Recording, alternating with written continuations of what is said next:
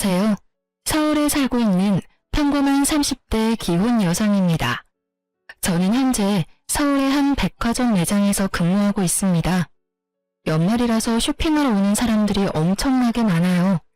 그래서 요즘 정말 눈코 뜰 새 없이 바쁘게 일만 하면서 지내고 있답니다.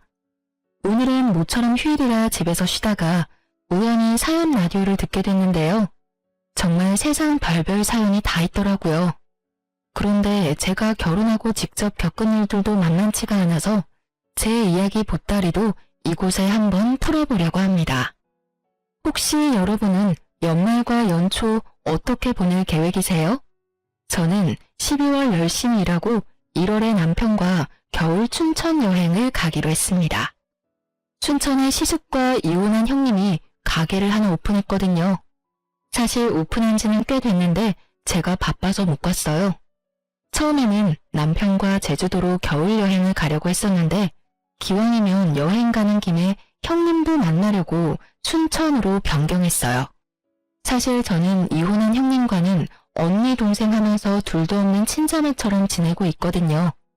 아, 제가 형님 가게에 왜 남편이랑 가냐면요. 지금부터 제 사연 들어보면 충분히 이해 가실 거예요. 저는 그렇다 쳐도 저희 남편까지 이혼한 형수랑 거리낌 없이 얼굴 보고 지내는 데에는 그만한 이유가 있거든요. 그리고 혹시라도 당사자가 내키지 않을 수도 있을 것 같아 미리 사연 보내도 되냐고 언니한테 전화로 허락도 받았습니다. 언니가 오히려 자기 대신 속 시원하게 좀 밝혀달라고 부탁하더군요. 그럼 지금부터 떠오르는 대로 차근차근 여러분께 말씀드리겠습니다.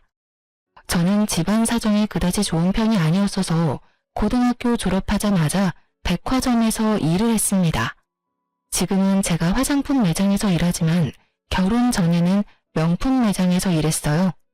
그때 저와 남편은 직원과 고객으로 처음 만났습니다. 그 당시 저는 제가 번 돈으로 엄마에게 생활비를 주고 나머지 남는 돈으로는 열심히 저를 꾸몄습니다. 어려서 스트레스를 어떻게 풀어야 하는지 잘 몰랐거든요.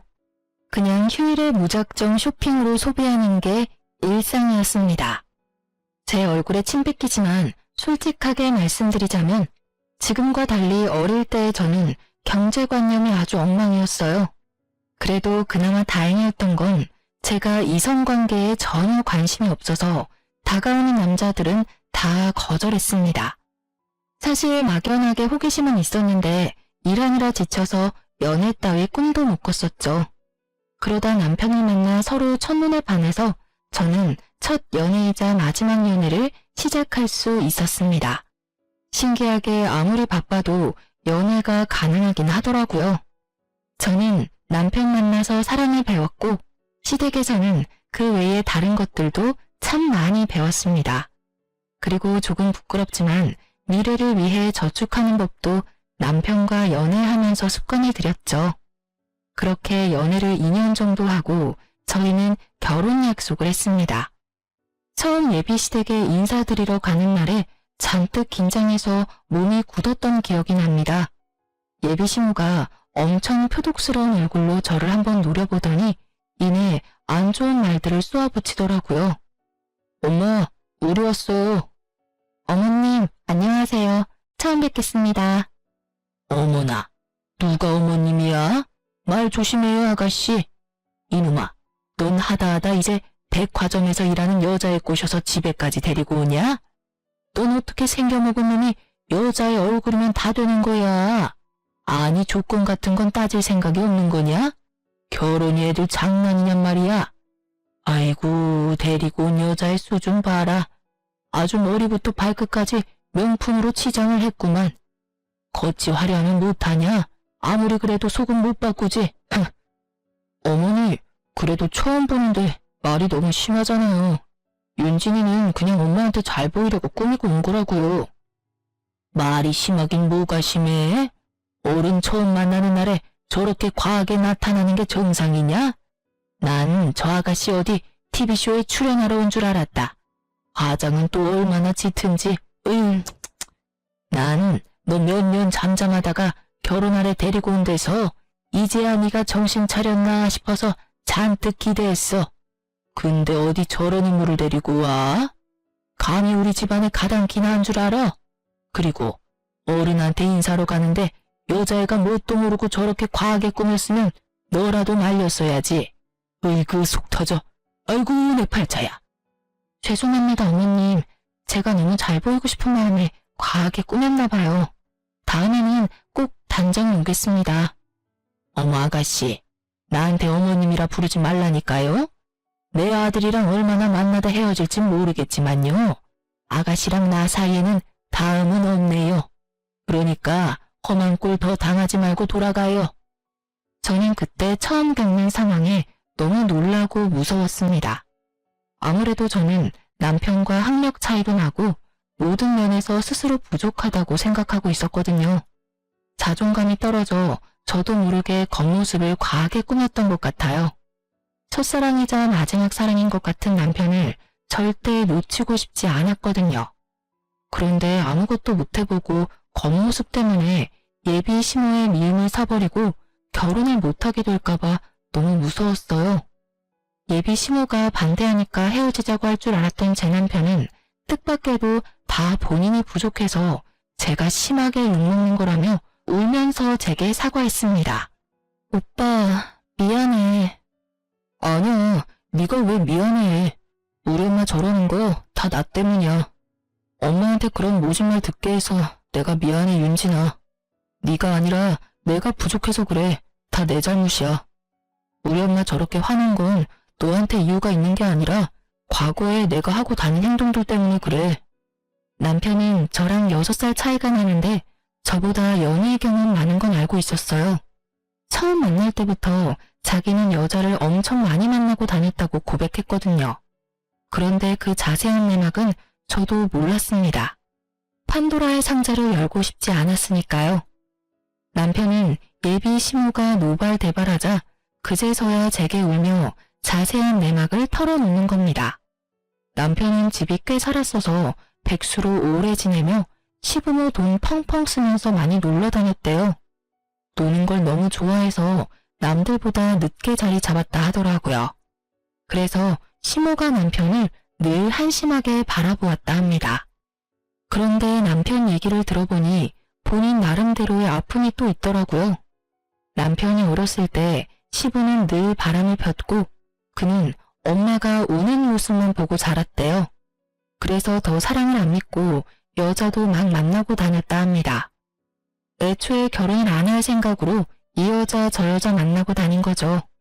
시부가 너무 미운데 그나마 할 수 있는 복수가 인생 막 살고 돈 막 쓰는 거라 생각해서 아주 철없이 놀고 먹었다네요. 그때 치기 어린 남편이 엄마의 아픔까지 신경 쓸 여를이 없었던 거죠. 시모는 네 아빠처럼 넌 여자를 너무 좋아한다며 남편을 언제나 탐탁치 않게 생각했다고 해요. 시모에게 제발 형 하는 행동 반만 닮으라는 말을 수없이 들었다 합니다. 그러다 시부가 돌아가고 나서야 정신 차린 남편은 저를 만나서 결혼까지 결심한 거죠. 처음 시숙을 봤을 때는 남편이랑 정반대의 이미지라 저도 조금 놀랐습니다. 남편은 얼굴에도 조금 장난기가 서려있는 사람이었는데 시숙은 얼굴부터 차림새 전부 점잖아 보였거든요. 하지만 나중에 직접 겪어보니 전혀 그렇지는 않더군요. 시숙은 겉모습과 속이 아주 다른 사람이었어요. 하지만 형님만큼 겉과 속이 일치하는 사람이었습니다.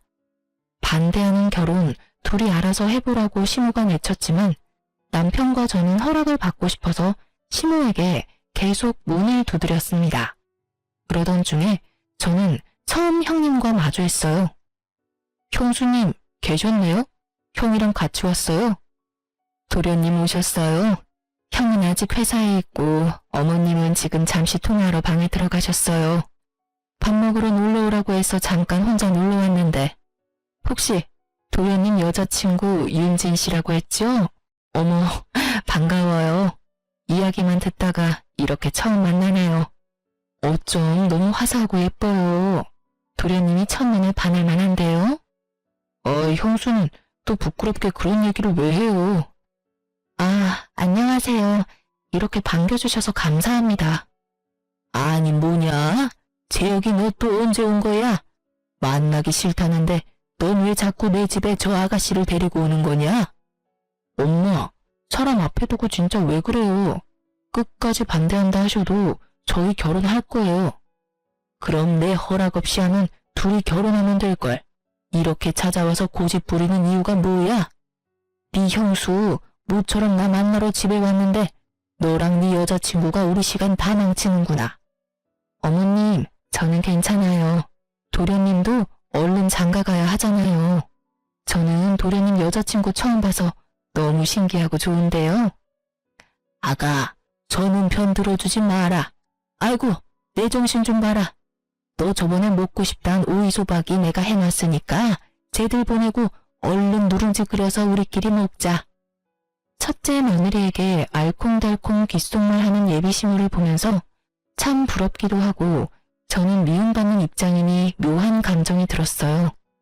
그런데 그때 먼저 형님이 제게 손을 내밀어 주더라고요. 어머, 정말요? 그럼 다 같이 먹어요, 어머님. 윤진 씨, 도련님, 아직 밥 안 먹었죠? 아니, 얘는 우리끼리 먹자니까 그러네. 에이, 제가 만든 건 아니지만 어머님 오이소박이에 저 엄청 자부심 있잖아요. 저만 그 맛 알기는 아깝죠. 그리고 다 같이 먹으면 더 맛있지 않을까요?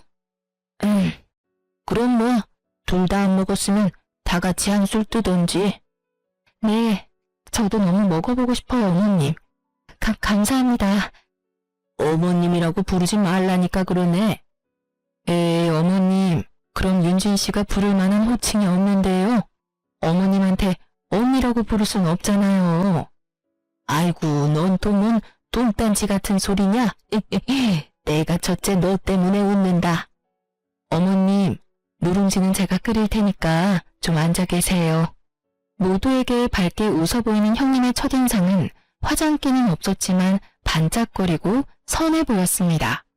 그래서 그날 이후로 꾸미기 좋아했던 저는 형님의 모습을 롤모델 삼아 거칠애를 전부 포기하고 수수하고 아주 검소하게 다녔습니다.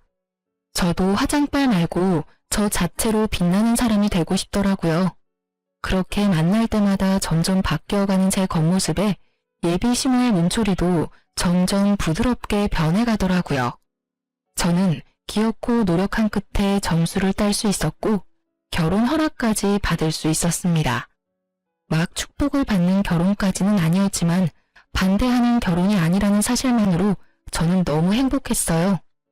하지만 제가 변하는 모습을 보며 그렇게까지 결혼을 하고 싶냐며 안타까워하는 친구들도 있고 반응은 각양각색이었어요. 조언을 넘어서 비난하는 친구들도 있었죠. 저는 아랑곳하지 않고 자주 어울려 놀았던 친구들과는 만나지 않고 자연스레 멀어졌습니다. 그때 제 곁에 남은 몇 안 되는 친구들이 지금도 곁에 남아있어요. 지금 생각해보면 제 인생에서도 아주 잘한 일이라 생각합니다. 그런데 저는 결혼하면 다 끝난 줄 알았는데 하고 보니 또 구박받을 일이 많더라고요. 저희 형님은 어디 가서 못 만날 아주 착한 사람이었습니다. 하지만 형님만 예뻐하고 저를 구박하고 차별하는 시모의 행동 때문에 자연스레 저는 형님을 질투하는 감정도 생겼고 속으로 형님을 조금 미워도 했습니다. 지금 돌이켜보니 참 제 마음대로 형님을 롤모델 삼았다가 또 미워하고 저 혼자 참 북치고 장구 많이 쳤네요. 그러다 제 질투심은 또 어떤 계기로 사라졌어요. 저는 결혼하고 시댁에서 맞이하는 첫 명절만큼은 시모에게 형님보다 더 예쁨 받고 싶었어요. 그런데 당연히 몇 년 일찍 시집 온 형님이 일을 잘했죠. 음식 장만하는데 형님은 익숙하게 시모를 돕는데 저는 느리고 서투른 칼질도 모자라 음식을 태우기 시작했어요. 아유, 둘째, 너는 살면서 요리랑 아예 담 쌓고 지냈니? 난 며느리 한 명 더 생겨서 이번 명절은 좀 수월하게 지나가나 했다. 그런데 어째 너 실수 수습하느라 우리가 더 힘들구나. 죄송해요, 어머님. 근데 저도 배우면 금방 늘지 않을까요? 그래도 둘보다는 셋이 낫잖아요. 참나 말이나 못하면 지금부터 둘째 너는 시키는 일만 해라. 괜히 혼자 설치다가 사고 치지 말고. 네.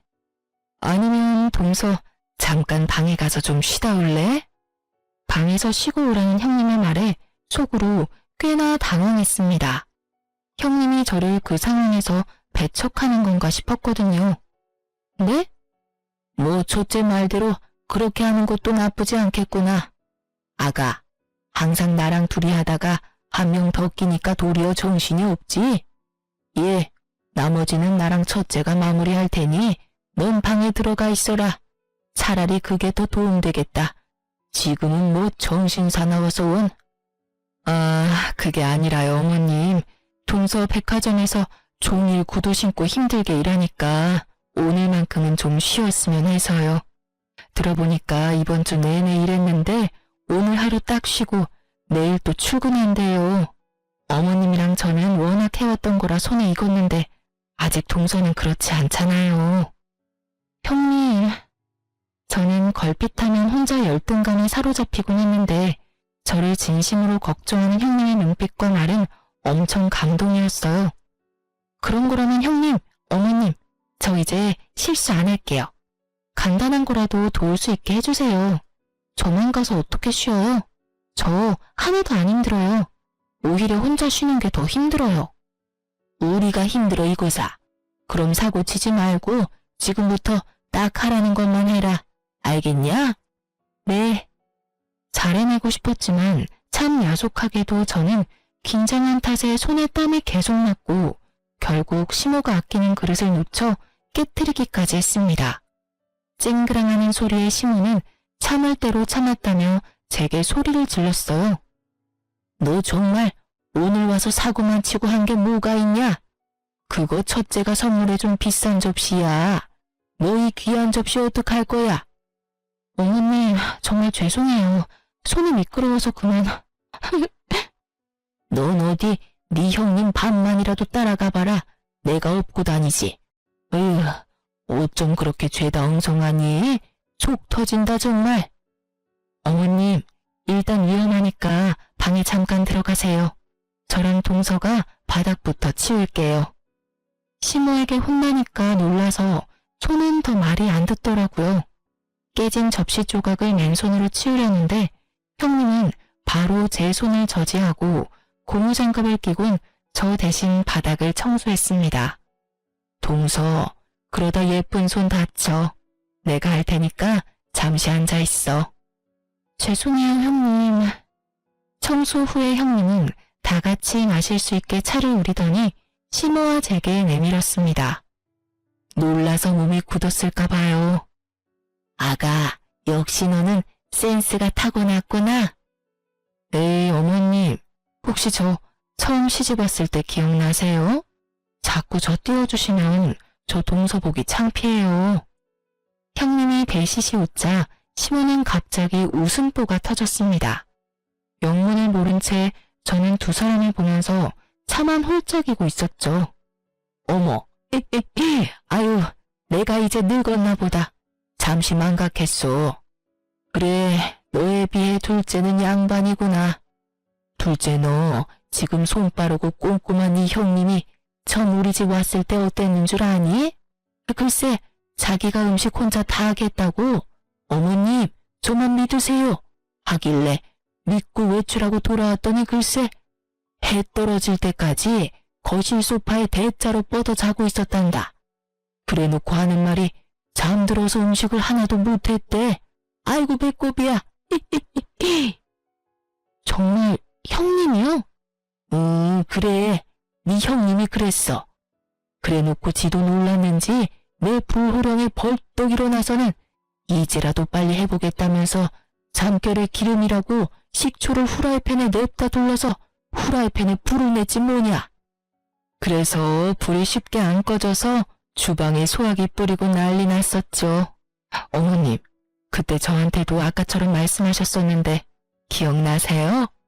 예, 너 그거 내가 아끼는 후라이팬인데 어쩔 거냐? 하셨잖아요.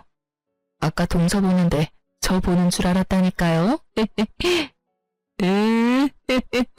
그래, 그랬었지. 너 정말 손 많이 갔어. 저 혼내느라 눈물이 마를 날이 없었잖아요.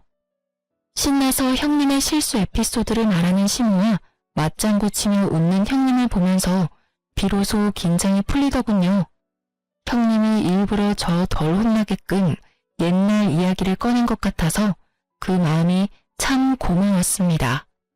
그렇게 저는 시모에게 혼날 때도 있었지만 형님에게 위로도 받고 점점 살림에 익숙해지고 시댁 식구들에게 스며들어갔습니다. 그러다 보니 시모의 불호령은 점점 사라졌고 저도 둘째 며느리로서 예쁨을 받으며 지냈어요. 하지만 그 행복도 길지 않았습니다. 얼마 안가 시모가 교통사고가 크게 났거든요. 시모가 그때 심하게 다쳐서 저와 남편도 물론 많이 슬퍼했는데요. 시모 교통사고 소식에 저희 부부와 시숙보다 형님이 더 많이 울었고 울다 실신까지 했습니다.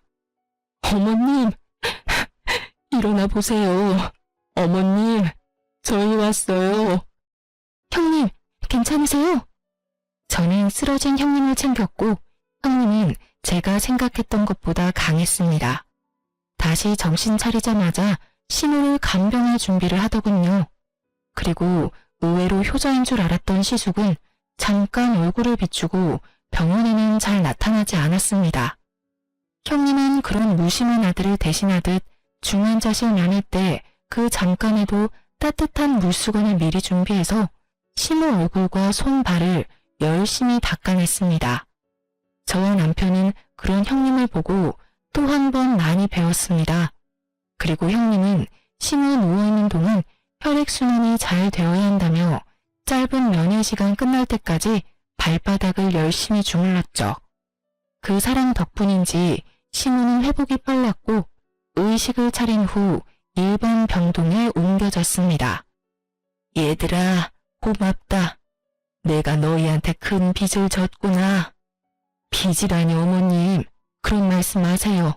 당연히 저희가 해야 할 도리를 한 거니까요. 어머님, 저희들 다 너무 걱정했는데 특히 형님이 어머님 정말 열심히 간호했어요. 첫째 아가도 둘째 아가도 다들 고맙구나. 그런데 재호가, 네 형 재훈이는 어딨냐? 어머님, 그이는 일이 바빠서 오늘 못 왔어요. 죄송해요. 아니다, 괜찮다. 안 보여서 하는 말이지 뭐. 엄마, 형 대신 내가 있잖아. 이제 절대 아프면 안 돼요, 엄마? 그래, 이제 그럴 일 없을 거다. 내가 우리 아들들한테도 고마워. 그나저나 재훈이도 얼굴 보고 싶었는데 요즘 일이 많이 바쁜가 보구나. 그때 형님은 어딘가 불편한 얼굴로 웃어 보였어요. 저는 뭔가 이상하다 눈치는 챘지만 무슨 사정이 있겠지 하고 묻지는 않았습니다. 그때부턴 형님과 제가 번갈아 가면서 어머님을 간호했어요. 하지만 저는 백화점에서 일을 하고 있어서 형님이 거의 다 한 거나 마찬가지였죠. 저희 남편도 일이 무척 바빴지만 일주일에 한 번은 꼭 종일 시모 병원에 저와 함께 있었습니다. 그런데 아무래도 남편이 병원에 와도 남자니까 크게 할 수 있는 게 없는 겁니다. 시모는 화장실을 혼자 다닐 수 없어서 한동안 기저귀를 차고 있었는데 그런 시모의 기저귀를 남편이 직접 갈아줄 수 있는 것도 아니었습니다. 남편은 아들로서 무능한 마음이 든다고 괴로워했어요. 그래도 남편은 엄마의 기저귀는 직접 못 갈아도 병원에 가면 자기가 할 수 있는 일을 꼭 찾아서 작은 거라도 보탬이 되려고 노력했습니다. 예를 들면 물 떠오기, 손 발톱 깎아드리기, 다리 주물러드리기 등등 자질구레하지만 꼭 필요한 일들을 찾아서 했죠. 그리고 남편은 잊지 않고 제게 고맙다고 표현도 잘해줬습니다. 여보, 백화점 일하느라 우리 엄마 신경 쓰느라 요즘 당신 정말 고생이 많아. 정말 고마워. 나만 고생인가? 모두가 고생이지. 난 괜찮아. 그리고 형님이 거의 어머님 간병 다 하고 있잖아. 그나저나 형님 요즘 얼굴이 너무 수척해졌던데 걱정이야. 그럼 내일은 잠깐이라도 당신이 형수랑 몸보신할 겸 밖에 나가서 맛있는 거 사 먹고 와. 잠깐은 나 혼자 엄마 옆에 있어도 되지 않을까?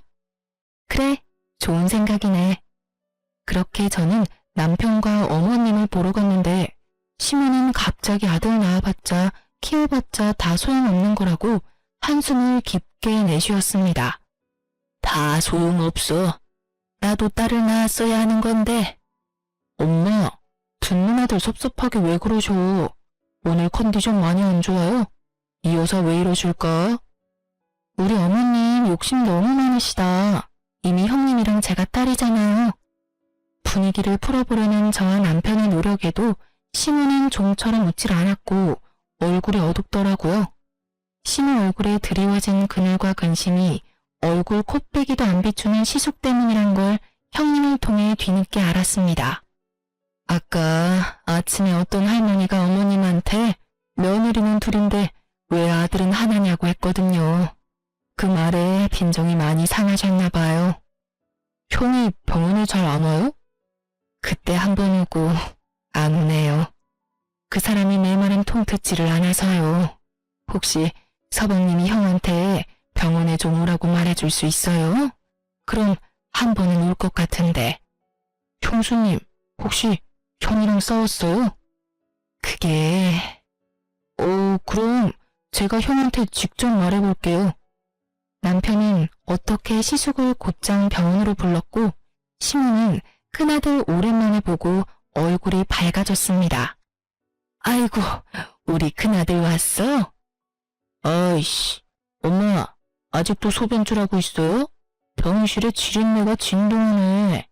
저건 도대체 언제 떼는 건데? 그런데 시숙은 잠깐 왔는데 오자마자 한다는 말이 너무 충격적이었어요. 인사도 없이 그 말을 남기고 시숙은 인상을 팍 쓰고 병실을 나가버렸어요. 그 모습에 충격받은 듯한 시모의 얼굴 보고 제 남편은 오히려 애써 아무렇지 않은 듯 너스레 떨었어요. 소변통 들고 비우고 온다 말하며 뒤따라 병실을 나갔습니다. 엄마, 나 이거 소변통 비우고 형 찾아올게요. 바람핀 시부가 죽고 유산은 많이 남겼지만 그 돈으로 1인 병실 안 쓴다던 시모였어요. 하지만 저희 남편이 절대 1인실 아니면 2인실 해야 한다고 고집부려서 시모는 2인 병실 쓰고 있었습니다. 만약 시모가 다인실을 쓰고 있었으면 시숙의 망언이 사람들 앞에서 무슨 망신이었을까 아찔했습니다. 게다가 한 명이지만 다른 환자도 있는 곳에서 큰아들한테 무시당한 시모가 꽤나 큰 충격을 받았는지 눈가에 눈물이 맺히는 걸 볼 수 있었어요. 근데 저놈이 지금 나한테 무슨 말을 한 거냐? 어머님, 괜찮으세요? 좀 망할 놈의 자식이. 형님이 시모를 챙기는 사이 저는 혹시 몰라 남편을 따라 나섰습니다. 그때 처음으로 형한테 반기를 든 남편을 보게 됐습니다. 소변통 든 저희 남편이 흥분해서 시숙이랑 싸우고 있었죠. 야, 너 어떻게 말을 해도 그따위로 해? 형한테야? 너? 참나. 너 내가 경고하는데 위아래 구분 똑바로 해, 이 자식아. 넌 뭐 위아래가 있어서 아픈 엄마한테 지린내가 어쩌고 막말했냐? 이제 엄마 멀쩡해 보이니까 2인실 못 쓰게 해라. 뭐? 너 지금 뭐라고 했냐? 간호사한테 당장 다인실로 옮겨달라 해. 노인네 저렇게 병원비 쓰는 만큼 나랑 네가 받을 유산 줄어드는 거야. 너 정신 바짝 차려라. 엄청난 말을 하면서도 변함없는 시숙의 얼굴을 보니 꼭 소시오패스가 따로 없었습니다. 결국 남편이 형의 멱살까지 잡아버렸고 저는 놀라서 남편에게 달려갔습니다. 여보, 근데 이 자식이 이거 안 놔? 그런데 저보다 한 발 빨리 형님이 달려갔죠. 저희 남편이랑 금방이라도 치고받고 싸우려는 시숙을 보고 일침을 가하는 형님이었습니다. 당신이 잘못한 거 맞잖아. 왜 서방님을 때리려고 해? 가족들 앞에서는 적어도 돈 욕심 티 안 낼 수 없어? 창피하다 정말. 형님의 말에 시숙은 싸늘하게 비웃으며 말했습니다. 네가 뭔 상관이야. 이제 이 집안이랑 상관도 없는 게 어디서 질척거리고 있어? 저리 안 꺼져? 시숙의 말에 순간 남편과 저는 벙치고 말았고 다시 한번 다인실로 옮기라는 경고를 남기고 시숙이 사라지자 형님은 아이처럼 주저앉아서 엉엉 울었습니다. 나 어떡해요, 서방님. 동서, 나 어떻게 살아 이제? 형님, 왜 그래요? 무슨 일 있어요? 형수, 왜 그래요? 아니, 형이 형수님한테 왜 저렇게 말해요? 서방님 형, 어떤 젊은 여자랑 바람났어요. 당장 이혼하재요. 네? 형님은 시숙이 바람 피는 걸 알면서도 지금까지 살뜰히 심호 병수발 들고 있었던 겁니다. 바람 펴놓고 당당하게 이혼하자는 시숙이었는데 형님은 아픈 심호 충격받을까봐 합의 이혼하는 조건으로 잠시 이혼도 미루고 있었습니다. 소송 이혼으로 해도 모자랄 판이었는데요. 절대로 형한테 쉽게 이혼 도장 찍어주지 마요, 형수. 나 이제 어떡하죠? 며칠 전에 이미 찍었어요. 어머님한테 당장 말한다고 해서 더 이상은 미룰 수가 없었거든요. 네? 형수 바보예요? 바보냐고요? 분하긴 하지만 갑자기 이혼 사실 알려서 어머님 쓰러지기라도 하면 어떡해요? 그렇게 바보같이 미련한 형님을 보고 저와 남편이 도리어 울먹였네요. 잠깐 울고는 다시 초연한 얼굴로 시무가 상처받는 건 싫다는 형님이었습니다. 아무리 합의 이혼은 했어도 상간녀 소송이라도 걸어야 해요. 어떻게 해서든 방법 다 총동원해서 바람난 놈 엿먹어야죠. 제가 도울게요. 맞아요. 형님, 저도 남편 딸은 뭐든 도울게요. 어떻게 이렇게 예쁘고 착한 형님을 두고 바람이 나요? 고마워요. 저희 부부는 형님과 변호사를 만나서 상담도 하고 이런저런 계획을 세우고 있었는데 시숙은 초스피드로 형님이랑 합의 이혼하자마자 재혼을 했습니다. 어떻게 알았냐고요? 시숙이 직접 당당하게 말하더군요.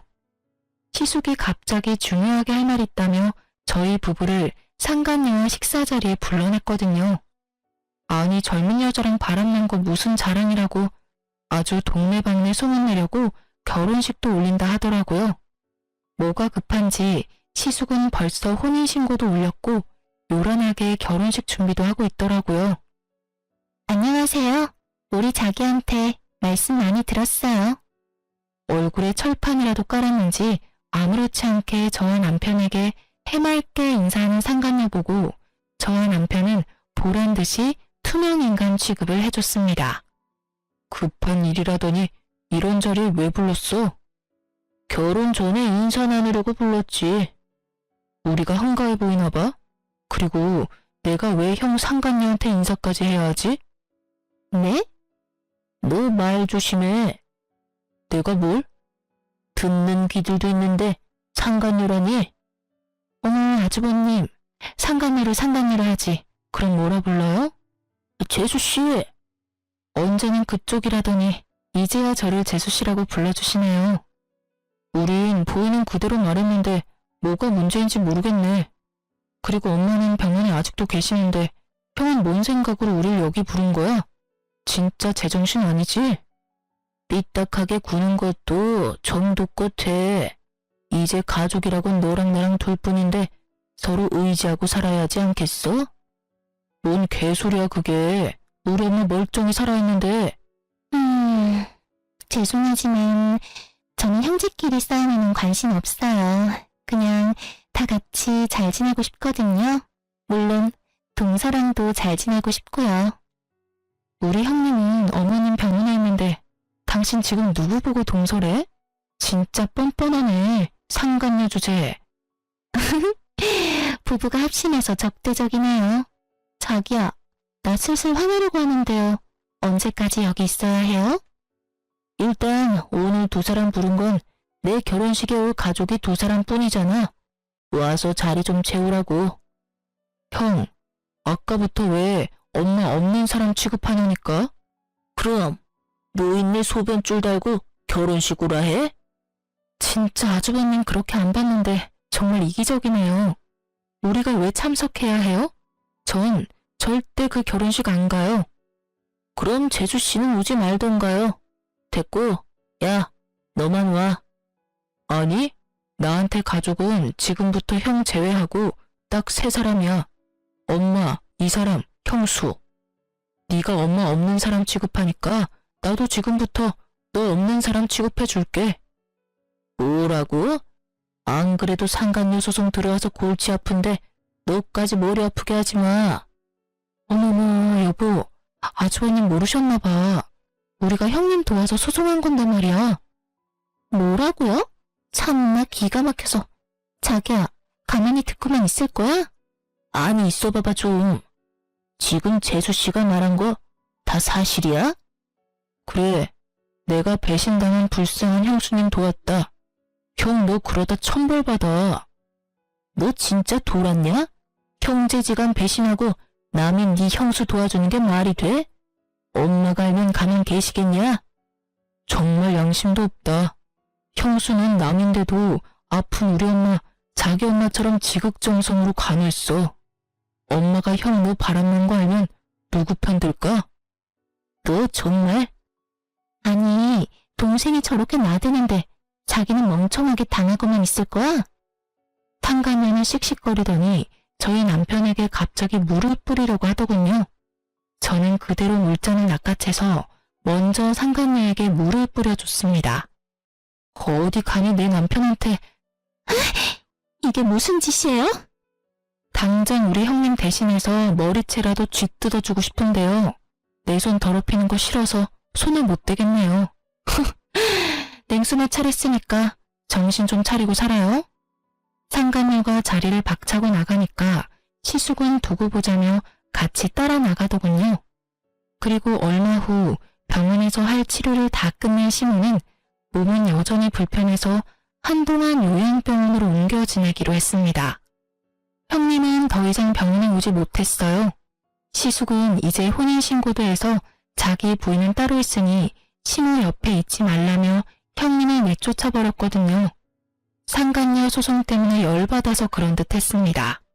어머님, 앞으로 저 없을 때는 간병인이 올 거예요. 간병인?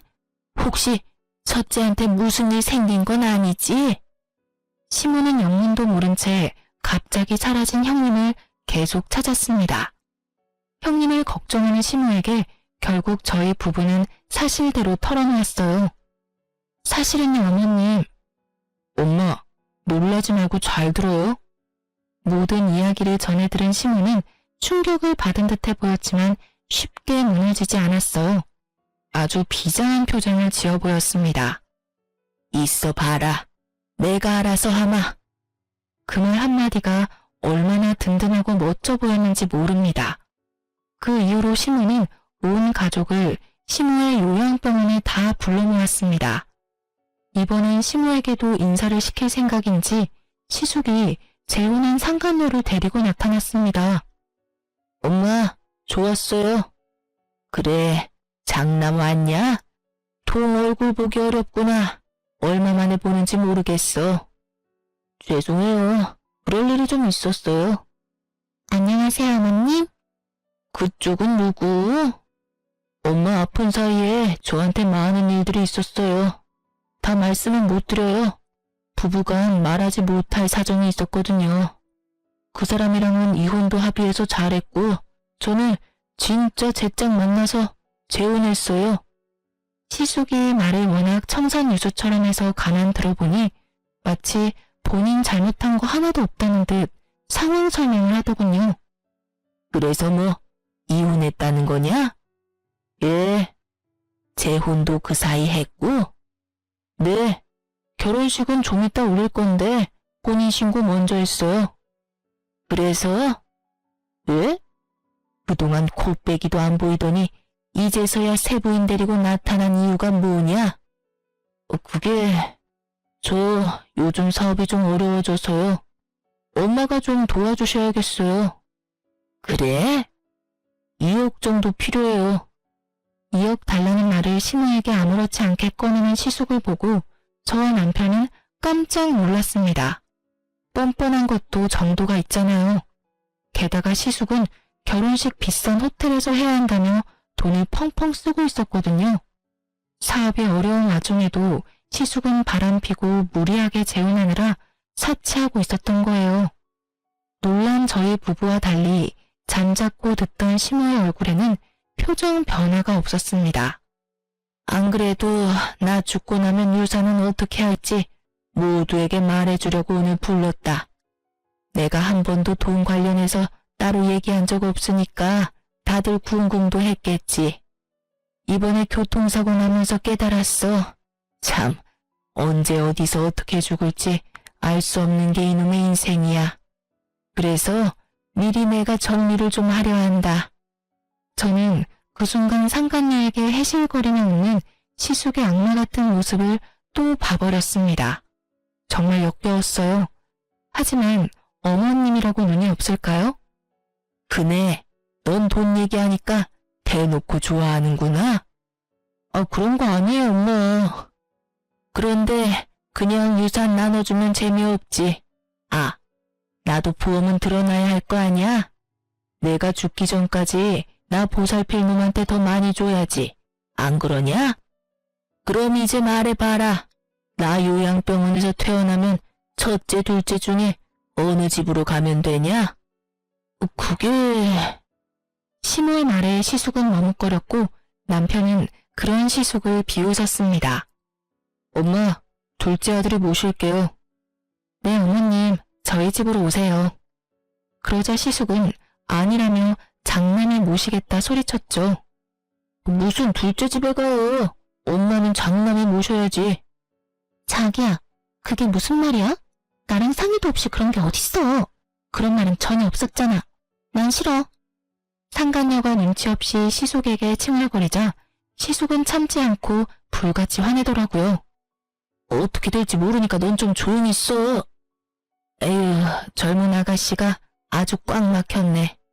나도 태어나기 전까지 고민을 좀 해봐야겠어. 그럼 이제 내 수발은 아가씨가 될 건가? 재혼했으니까 말 편하게 할게. 지금 내 상태는 알고 있고. 네? 수발이라뇨? 계속 간병이 쓰는 거 돈 아깝잖아. 내가 전보다는 나아지긴 했는데 요즘 통 화장실 가기 전에 지려서 기저귀를 다시 차고 있어. 그래도 소변줄 뗀 게 어디야? 기저귀 갈아주는 거 어렵지 않지? 저는 그런 거 못해요. 차라리 간병인을 쓰세요. 얼굴 빨개진 상간녀가 머뭇거리며 못한다 했어요. 그러자 시모는 쌍심지를 켜고 상간녀에게 말했습니다. 왜? 집에 시어머니 모시는 것도 못하겠고 병원 와서 내 기저귀 가는 거 겨우 그것도 못하겠어? 그럼 도대체 네가 할 수 있는 게 뭐야? 원래 내 큰 며느리는 더한 것도 있는데 넌 왜 못해? 그럴 거면 너 왜 내 큰 며느리 자리를 꿰차고 있는 거야? 그러자 시숙은 귓속말로 상간녀에게 쏘아붙였습니다. 귓속말이라고 하기엔 너무나 목소리가 커서 다 들렸지만요. 아이씨, 말이라도 어떻게 잘해봐. 뭐라도 좀 해보라고. 내가 뭘 어떻게 해? 아니, 어떻게 내가 더럽게 당신 엄마 기저귀를 갈아주냐고. 그러려고 내가 이 결혼한 줄 알아? 시숙은 뭐라도 하라고 눈치 주고 상간녀는 못 참겠는지 빽 소리를 지르더군요. 그 모습을 지켜보던 시모는 깔깔깔 웃으면서 병실 침대 옆 쓰레기통에 있던 자기 기저귀를 꺼내 상간녀 얼굴에 던졌습니다. 더러워 진짜. 아줌마 미쳤나봐. 이게 뭐하는 짓이에요? 뭐 만났어요? 바람 피운 건 안 더럽고. 바람 아니거든요. 사랑한 거예요. 엄마, 진정하세요. 이혼하고 만난 거라고요. 바람 핀 거 아니에요. 바람? 뭔 말도 안 되는 변명을. 넌 바람까지 펴놓고 조광지쳐 한 푼도 주지 않고 매정하게 내쫓아? 쓰레기 같던 네 애비도 그러지는 않았다. 바람은 밥 먹듯이 폈지만 돈은 나한테 다 남겼어 이놈아. 네 애비보다 더한 악마 같은 놈아. 넌 오늘부로 내 자식 아니야. 그리고 내 며느리는 여전히 딱 2명이야. 지금 내 옆에 있는 둘째 며느리랑 지금 병실 들어오는 첫째 며느리. 그때 형님이 병실 문을 열고 들어오자 얼굴이 썩어가는 상간녀와 시숙이었습니다. 어머님, 저 왔어요. 네가 여기 어디라고 와? 어라? 옆에 그 남자는 누구냐? 그새 남자도 생겼어? 웃기게도 주제에 형님 옆에 있는 남자를 은근히 신경 쓰는 시숙이었죠. 난 어머님이 오라고 해서 왔는데. 어서 와라. 마침 타이밍 잘 맞게 왔어. 형님 옆에 서 있던 남자는 다름 아닌 시모가 부른 변호사였습니다. 이제부터 정리를 좀 해보자고. 땡땡동의 5층 건물은 둘째네 부부에게 주기로 하셨습니다. 엄마, 나는요? 큰아들은요? 변호사님, 제가 받을 건요?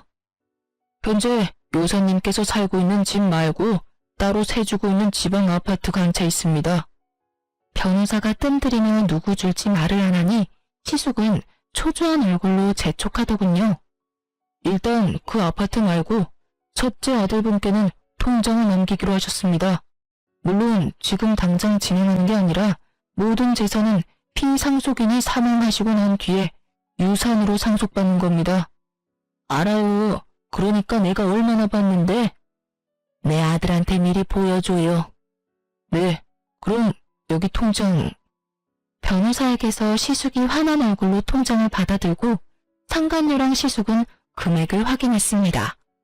일십, 백, 천만, 십만, 백만, 고작 200만 원? 뭔가 잘못된 것 같은데요? 시숙이 당황하며 재차 금액 다시 확인해도 200만 원이었어요. 금액이 뭔가 이상해요. 뭐가 이상해? 그게 딱 네 놈이 받을 돈인데. 엄마, 200이 아니라 당장 2억이 필요하다고요, 나는. 그 200만 원은 사실 병실에 지름이 난다며 병문안 못 오겠다던 그날 시숙이 어머님 통장으로 입금했었던 돈이었어요. 이 집구석 별꼴이야 정말. 돈은 많대서 이웃남이랑 결혼했는데 사업은 오늘 내일하고 받을 유산 많대서 기대했더만 가진 거 쥐뿔도 없는 놈이네 이거. 사기 결혼이야. 이혼해. 뭐? 잠깐 기다려봐. 뛰쳐나가는 상간녀의 세상 다 잃은 얼굴로 시숙은 무릎 꿇고 빌었습니다. 엄마, 나한테 왜 이러세요? 아들이 잘못했어요.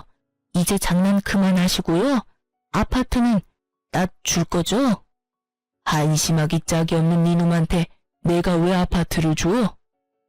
저 여자랑 당장 이혼할 테니까 제발 제목 유서는 제대로 남겨줘. 에이.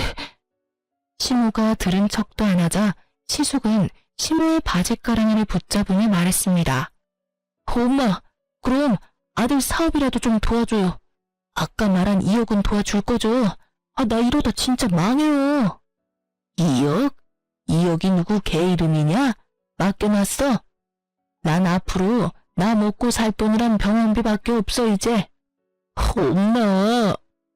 변호사 선생님, 나 죽으면 작은 건물 말고도 나머지 남은 돈들이랑 내가 살던 집은 둘째한테 줄 거예요.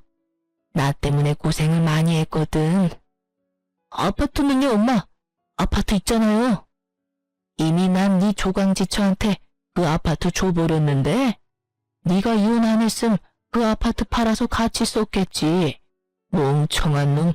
어디 지 아빠랑 똑같은 짓거리를 해? 꼴도 보기 싫다. 다신 내 앞에 나타나지 마라. 뭐라고요? 야, 너 사실이야? 그런 걸 받았으면 나한테 말을 했어야지. 몰랐니? 탐낼 걸 탐내. 어머님이 나 평생 고생만 하고 불쌍하게 이혼당했다고 너 대신 위자료 챙겨주신 거거든? 어머니, 제발요. 무슨 생각으로 그러신 거예요? 참나, 이제 내 손 떠난 것들이다. 네 마누라한테 사과하고 빌어보던가. 여보, 내가 미안해. 내가 잘못했어. 가증스러워. 형님은 펑펑 울고 있는 시숙의 뺨을 사정없이 날렸습니다. 그래, 때려. 에이, 마음 풀릴 때까지 차라리 날 때려. 넌 평생 반성해야 해. 근데 말이야 어쩌지? 난 너랑 다시 합칠 생각도 없고 내 돈 나눠줄 생각도 없어. 지금껏 넌 네 생각만 해왔잖아. 나랑 내 아들은 손가락 빨고 살라고 그렇게 매정하게 버려놓고 잠 잘 오디?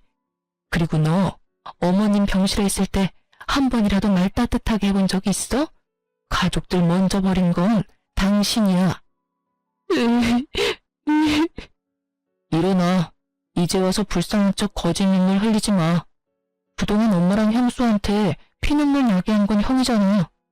시모는 끝까지 시숙을 외면했고 남편은 짐승처럼 울부짖는 시숙 멱살을 끌고 병실에서 나갔습니다. 시모는 시숙이 사라지자마자 결국 눈물을 훔치며 말했죠. 아가, 이런 한심한 꼴 당하게 해서 미안하다. 내가 아들을 한참 잘못 키웠어. 정말 미안하다. 어머니, 아니에요. 그 뒤로 시숙은 가족들이 모두 외면하자 혼자 사업 살려보겠다고 무리하게 대출받고 여기저기 돈을 빌리며 아등바등 사는 듯 했습니다. 대출금 갚는 것만 월 몇백이라서 남편에게 빌빌 기면서 한 번만 돈 좀 빌려달라고 구걸한 적도 있었어요. 남편은 형에게 그러게 왜 똑바로 살지 않았느냐고 네 업보라며 절대 한 푼도 빌려주지 않았습니다. 시숙은 그렇게 대출까지 끌어다 썼지만 결국 사업도 망하고 빚만 가득한 폐인이 됐습니다. 상간녀는 당연히 시숙 버리고 도망간 지 오래였고요. 잘못을 비해 택도 없이 적은 금액이긴 했지만 형님은 상간녀 소송으로 위자료도 받았습니다. 그렇게 멀끔하고 점잖아 보였던 시숙은 인생 쫄딱 망하고 고시원살이를 하고 있어요. 형님은 앞서 말했던 것처럼 친정엄마랑 춘천에서 장사를 하고 있는데 말 그대로 초대박이 나서 아주 바쁘고 재밌게 살고 있습니다. 조카도 이번에 고등학교 들어가는데 공부 잘해서 기숙사에 들어가서 살고 있고요. 안타깝게도 어머님 말대로 죽음은 갑자기 찾아왔고 저희 어머님은 1년 전 돌아가셨습니다. 시숙은 어머님 장례식장에 나타나지도 않았습니다. 재산을 받지 못한 것에 아직도 앙심을 푸는 것 같아 보였어요. 그래도 부모이고 핏줄인데 어쩜 이리 무정할까요? 그 뒤로 어머님 유산은 어머님이 말한 대로 다 받았습니다. 형님은 그 아파트 팔아서 가게 여는데 조금 보탰고 나머지는 공부 잘하는 조카 나중에 유학 보내줄 거래요. 피 안 섞인 시무를 살뜰히 간병하고 의리 지켜서 결국 행복해진 저희 형님. 아직까지도 저는 대단하게 느껴집니다. 평소에 좀 무뚝뚝할지라도 바람만이라도 안 폈으면 시숙이 시모의 유산을 받을 수 있었을까요? 생각해보니 것도 아닐 것 같네요. 멍청하게 돈도 가족도 모두 잃은 시숙 보면서 저희 남편은 더 올바르게 살려고 노력하고 있습니다. 아빠와 형을 절대 요만큼도 닮고 싶지 않다면서요. 절대 하늘은 손바닥으로 못 가리는 것 같아요. 시숙과 형님 보면서 결국 마지막에는 착한 사람이 이기고 나쁜 사람이 벌 받는다는 걸 저는 간접적으로 경험했습니다. 어머님이 마지막 순간 했던 말이 저는 아직까지도 마음이 아파요. 남편에게 제발 너라도 가정 지키고 행복하게 살아라 라고 하셨거든요. 원래도 착한 저희 남편은 시모의 마지막 말처럼 가정에 정말 충실하고 있습니다. 남편과 저는 서로 의지하면서 잘 살고 있습니다. 하늘에서 저희 어머님도 상처 없이 잘 지내셨으면 좋겠습니다. 그럼 지금까지 제 긴 사연 들어주셔서 감사합니다.